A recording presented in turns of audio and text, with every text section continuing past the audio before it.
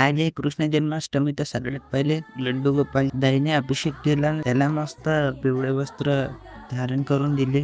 आज मी कृष्णाला बासरी गिफ्ट दिली. मग मस्त सजवलं. अजून थोडी तयारी बाकी होती. लास्ट मध्ये मग फेटा वगैरे घालून पूजा केली. तेवढ्या त्या गोरीला इथे हलते म्हणते हरकती करत होता. मी आलो दहीहंडी बघण्यासाठी, जी होती बडकस चौक महालमध्ये. दहीहंडीच्या मस्त इथे खूप जल्लोष सुरू होता.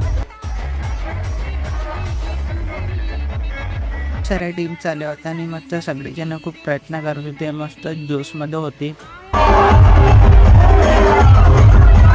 दहीहंडी काही फुटत नव्हती. इकडे पाहिलं तर या लोकांची काही भूतच सुरू होतं. टँकरवर नाचत होते. फायनली खूप वेळानंतर दहीहंडी फुटली.